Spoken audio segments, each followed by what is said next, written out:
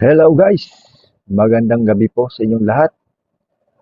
At ito po, andito tayo ngayong gabi para magbigay ng reaksyon dito sa video ng ating uupong senador na si Rodante Marcoleta sa pagdalaw niya at pagdiriwang ng birthday ng ating mahal na Vice Presidente na si Inday Sara Duterte sa Dahig. Ito, panoorin po natin ang kanyang talumpati. Dito marami pong gawain sa Maynila, ngunit kahit konti sandali, kailangan tagpuin ko kayo rito. Para personal po akong magpasalamat, lahat po kayong lahat, binoto po ninyo ako. Kung hindi sa inyo, baka natupad yung survey. Akalain nyo naman, sa simula pa number 36 ako. Hindi man lang ako umangat. Nung naawa sila sa akin, siguro bandang Pebrero yata yun, napunta ako sa number 22. Hanggang doon ka na lang, sabi nila. Malapit nang matapos ang Abril, 21 na naman ako. Pagkatapos nagmilagro isang araw, nilagay po nila ako number 12, pero isang araw lang yun. Binaba na naman nila ako sa number 8. Ngayon po, masasabi ko na sa inyo,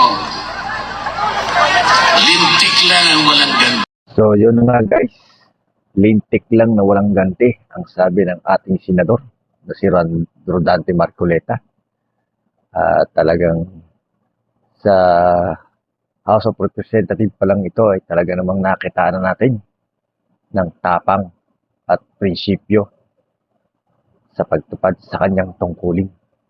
Sige guys, panoorin pa rin natin to. Ginawa, ang gusto nila number 36 ako. Sabi ng mga tao, hindi. Kailangan maging number 6. So yun po yung nangyari. Yun po ang nangyari. Umangka sila. Ito pong impeachment na kinakasa nila, bahala sila. Bahala sila. Pero kung ako ang masusunod, sabi ko sa kanila, para mabawasan ang kahihiyan ng ating gobyerno, para hindi na mapahiya ang administrasyon, tigilan nyo na. Tigilan nyo na para hindi na mapahiya. Ngayon, kung gusto nyo mapahiya, ituloy nyo. Hindi rin naman kayo mananalo. Kahit saan tayo mapunta, hindi mananalo ang kalaban ng ating Vice President. Sinabi ko na noong una, uulitin ko sa inyo, kung ayaw nilang itigil, nasa sa kanila. Pero kung gusto nilang mawala ang kanilang kahihiyan, itigil na lang nila. Ngayon, ayaw niyong tumigil, kurbahan natin. Sige, isulong ninyo. Pareho din naman ang mangyayari. They will not be able to remove the Vice President. Itaga mo sa bato yan. Itaga nyo sa bato yan. Walang mangyayari. The Vice President will stay as Vice President. Hello guys, yun na nga ang sinabi ng ating senador na si Marcoleta na ang ating Vice Presidente ay retain as Vice President. Mariing sinabi niya yan. At yan ay nakahandang ipaglaban.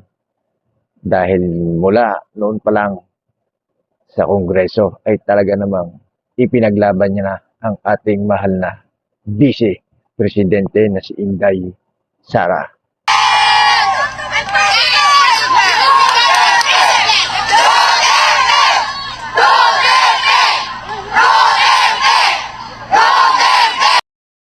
So yun na nga yun guys.